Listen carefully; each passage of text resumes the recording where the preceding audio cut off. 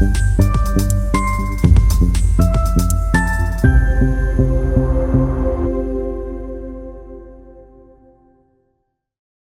गुवाहाटी में स्वदेशी जागरण मंच असम ने गुवाहाटी के केशर धाम ने एक दिवसीय प्रशिक्षण कार्यक्रम किया। ये मंच का पहला कार्यक्रम है गुवाहाटी में।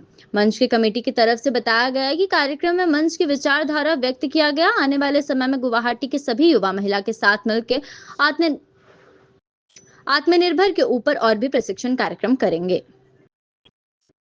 अनुपम दास, ब्यूरो चीफ, गुवाहाटी।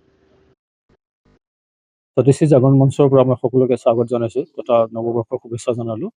আমি স্বদেশী জাগৰণ মঞ্চ তথা স্বাৱলম্বী ভাৰত অভিযান গুৱাহাটী মহানগৰ তলিৰ পৰা আমাৰ প্ৰথমখন আমাৰ কাৰ্য হ'বলৈ এখন প্ৰশিক্ষণ বৰ্গ আমি অনুষ্ঠিত কৰিলোঁ আৰু প্ৰতি নগৰত কমেও আমি যাতে আমাৰ স্বদেশী জাগৰণ মঞ্চ তথা স্বাৱলম্বী ভাৰত অভিযানৰ কাৰ্যকৰ্তা আমি নিয়োগ কৰিব পাৰোঁ তাৰ ওপৰত আমাৰ আজি চিন্তন বৈঠক কৰিলোঁ আৰু বিশেষকৈ আমাৰ যি পঞ্চ পৰিৱৰ্তনৰ বিন্দু সেই বিষয়ে আমি বিতংভাৱে আলোচনা কৰিলোঁ। লগতে উঠি অহা যুৱক যুৱতীসকলৰ যিটো আমাৰ স্বাৱলম্বনৰ ওপৰত এটা আমি কৰ্মশালাৰ আয়োজন কৰাৰ কাৰণে প্ৰয়াস আৰম্ভ কৰিছোঁ আৰু বিশেষ আমি এতিয়া আমাৰ কাৰ্যকৰ্তাসকলক লৈ আমি পৰৱৰ্তী কাৰ্যসূচী আলোচনা কৰাৰ পিছতে জনাব পাৰিম। প্ৰথমতে আমি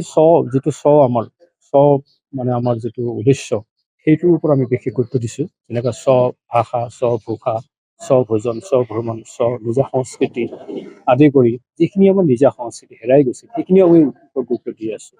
আৰু এটা নতুন কথা হ'ল কি যে নতুন নহয়, পুৰণাৰ পৰা চলি আহিছে যিটো আমাৰ